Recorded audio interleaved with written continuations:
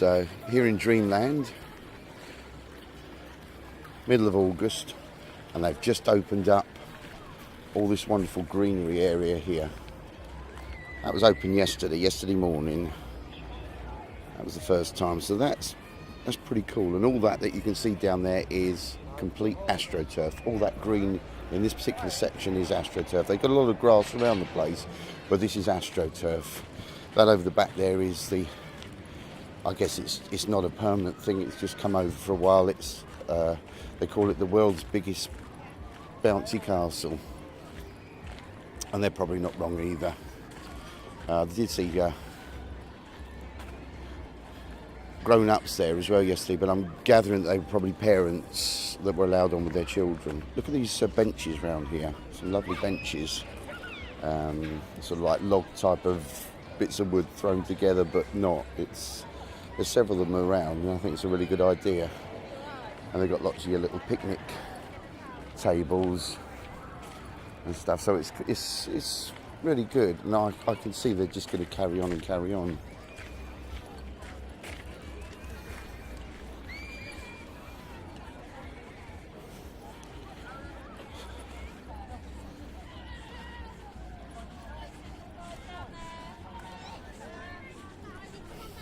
This over the back here is the old buffet cum penny arcade building, shooting gallery, a little bit of everything along here. It was at one time. At the moment, I think it's just been used for storage for, I think I could see some paint cans and bits and pieces. Probably all the workmen are making use of it. But it's got all scaffolding around it, and I'm making an assumption and going by how that Dreamland have been doing over the past 6-7 months, that they're going to do something with that building as well. And there's a lot of room inside, so there's a lot of potential, whether it's restaurants or whatever it's going to be. This is a new little area that's going to be coming into fruition. Obviously it's for somewhere for the children to play on. Whether they're going to have any more bits and pieces, I really have no idea, but obviously that's going to be lifted, and I guess there's a little shed there probably for someone to keep an eye on them. It's a good idea, really good idea, that. Well, this is all looking absolutely fantastic now. It's looking wonderful. So this is the first time I walked along here yesterday briefly, but I didn't come with the camera, so it's the first time I've actually filmed on this particular piece at the moment. And I'll tell you what, it's really lovely walking on this AstroTurf, because it's like walking on carpet. It is. It's different than grass, obviously, but it's just like walking on carpet. The only thing I would say is what about the cleaning of it?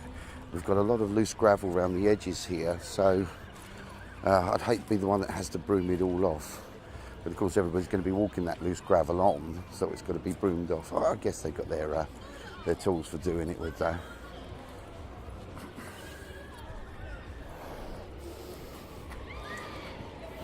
The thing I do like about the DJI OSMO is that I just more or less just aim it straight ahead where I'm going. I can see where the lens is facing, and then I look at the screen, which isn't that brilliant because it's a mobile phone doubled up as a screen, Wi-Fi. And it just gives me a reference as to where everything is and what I'm aimed at. But mostly, if I'm aimed at it, that's it. So that means that I can get to actually look, rather than looking through the viewfinder of a camera all the time. This is a fixed focus. There's no zoom on it at all. So it's more or less what I'm facing and looking at, and providing the camera's facing in the right direction, then that's more or less what we're going to be seeing. That's really good.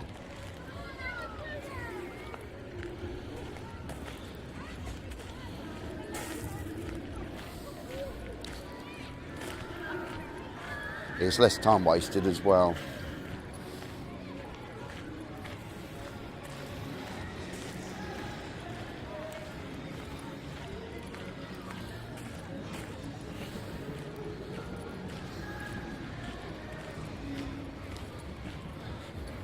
I can get is it a Z-axis to add on to this, but it's And it's not a bad price really. It was about 140, 150 pounds, and that would take care of the bobbing up and down when you're walking on this. But aside from which, it's going to be extra to carry. It might be useful to have for some things, but for quickness and easiness.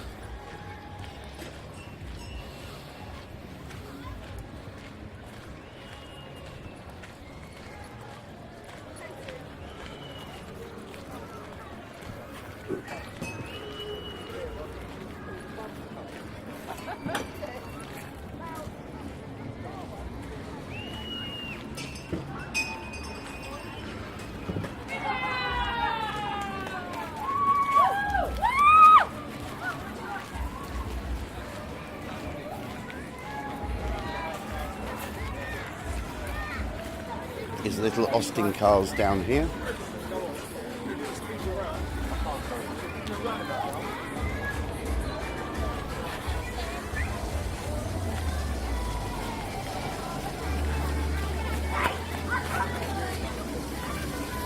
And the cyclone in full swing there.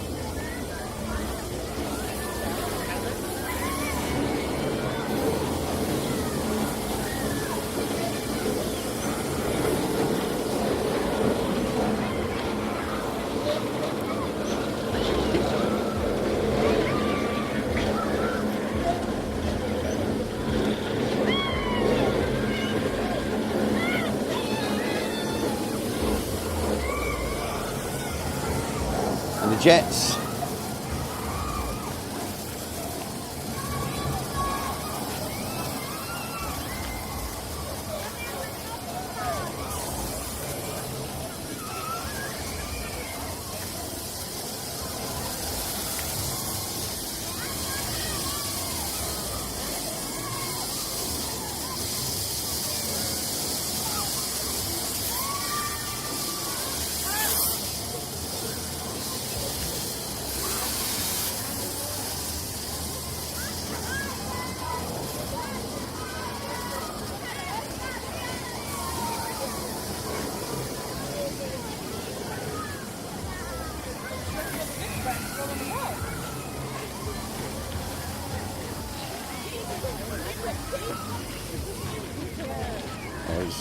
There's been free performances on this stage over the last couple of nights.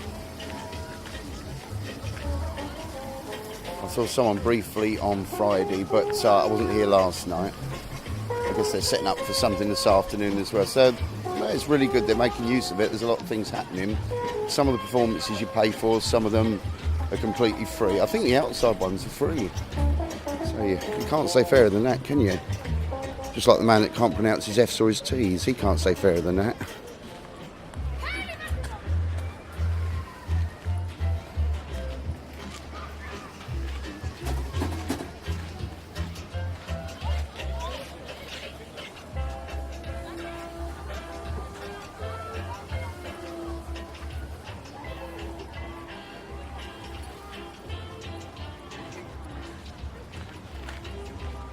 Have a look at the food courts and bits and pieces going on here.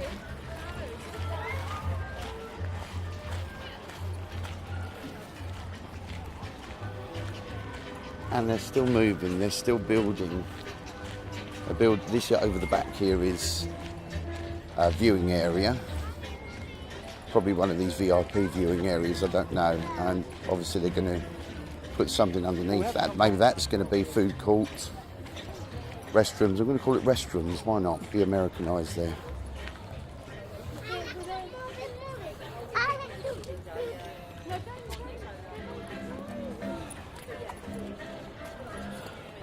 This is great. Steps that take you over to the back there. A little bit erratic, but it's quite fun. I've seen people sitting on the yays and some of these things. They kind of look like designer people sitting on the stuff if you happen to take a photograph, so it's quite cool.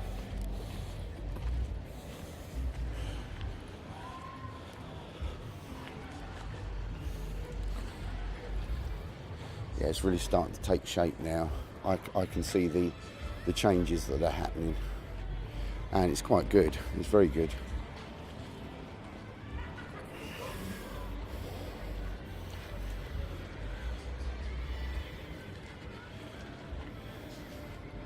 anybody wondering what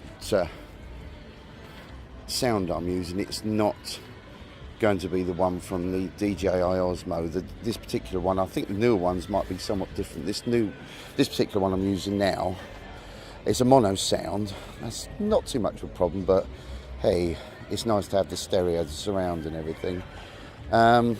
It's mono, which is a shame, but even worse than that, it just sounds like a very, very scratchy record, and that scratchiness is, in a lot of cases, louder than the actual sound itself, which is a shame, and a lot of people complain about it. Now, in all fairness, I kind of knew that before I bought this, and knowing that it was mono, I thought, well, I'll just simply use that as a reference, and I'll sync it up to, I now have the Zoom H2N sound recorder, which will give you a really, really, really good professional sound. As far as I'm concerned, it's a very professional sound, and I've got a wind cover over on it as well, which helps to protect it. And the Zoom H2N, you've got various different, you've got about four different settings in here. You can even have it in mono as well if you want to, but you've got 4 different settings in it, which gives you 3 different types of stereo, and one type where you're mixing 2 lots of stereo together, which is really, really good. So I can actually choose whether I want to use all the 4 tracks, 2 lots of stereo, or just choose one of the two lots, and that's usually the case at the end of the day. There's the XY, and then there's the, is it the MS one, something like that.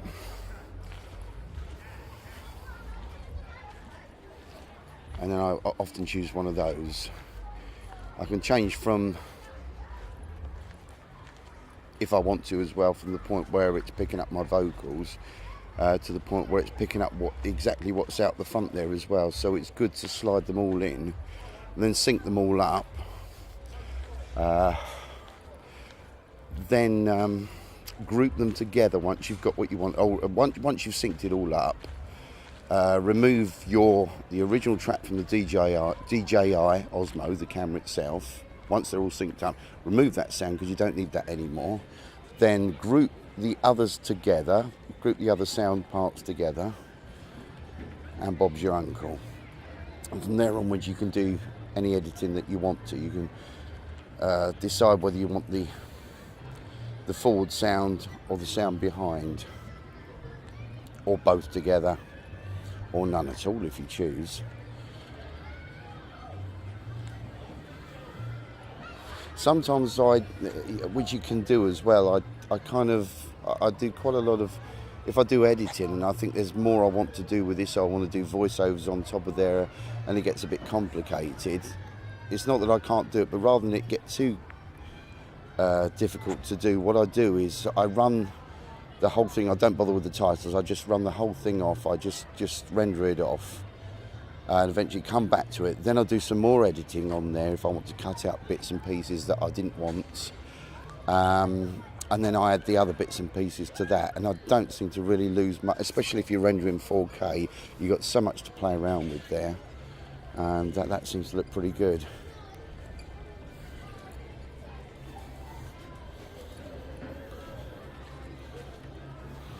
So there's the update for Dreamland so far, and it's still they're still working on it.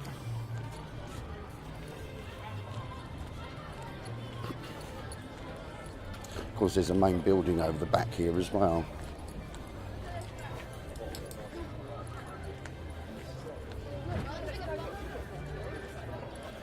This is nice. This signpost up here. It's got one of the signs says "Back to Reality" on there. Happy things, more good times. Where the sun sets, and it's true, it does actually. All by the sea. And I said over there, and good times. Oh, and Teddy and Betty. That's the kids' land.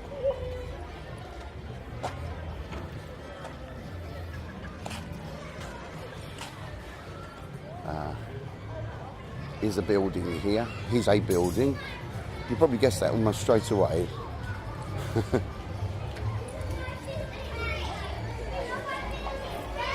ice cream parlour there.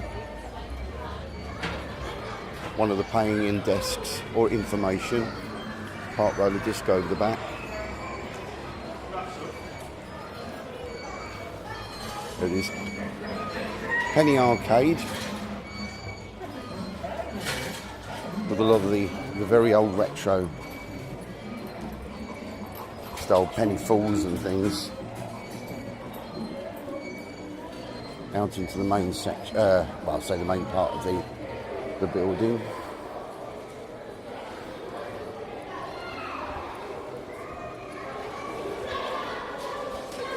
And some steps I've never ever seen before. They've probably just been added, I don't know. Dreamland ballroom behind all this. And we're going to be heading out into the top of this slope, takes you to the seafront. So this is the front entrance of the park itself and the main tunnel walkway.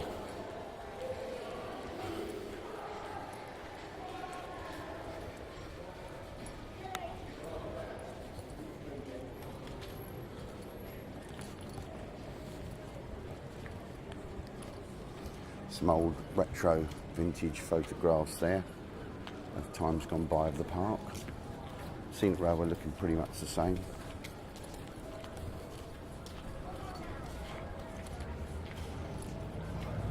And we're coming up back round by the side of the old cinema building.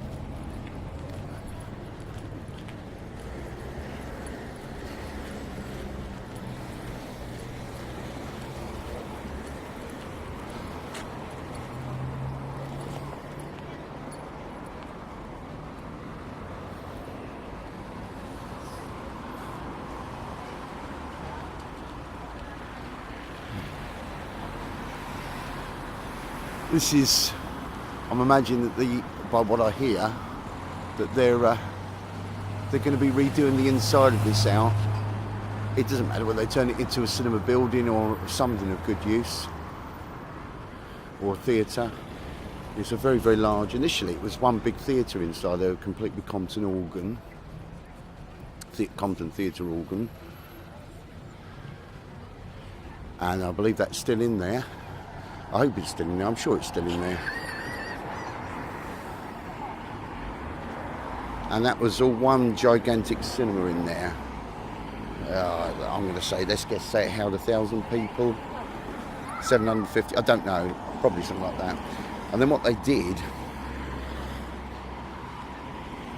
was they cordoned pieces of the lower section became the bingo hall, and the upper section they turned into two. The upper balcony section they turned into two cinemas.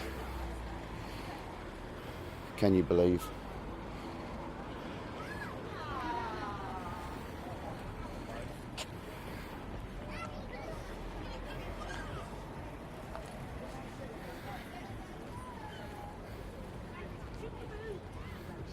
It's another warm day today.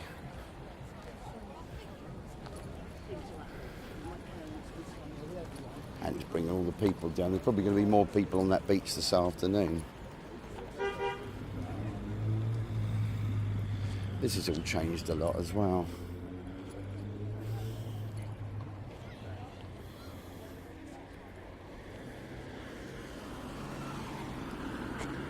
You'll see the future potential of the place.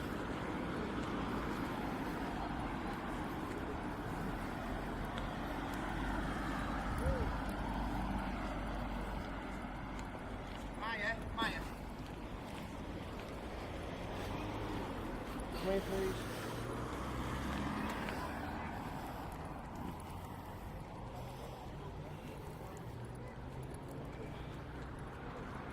That's going to be it for today. So thank you very much for watching. Don't forget to subscribe. Give me a thumbs up as well if you enjoyed it. And I'll see you all again very soon on YouTube.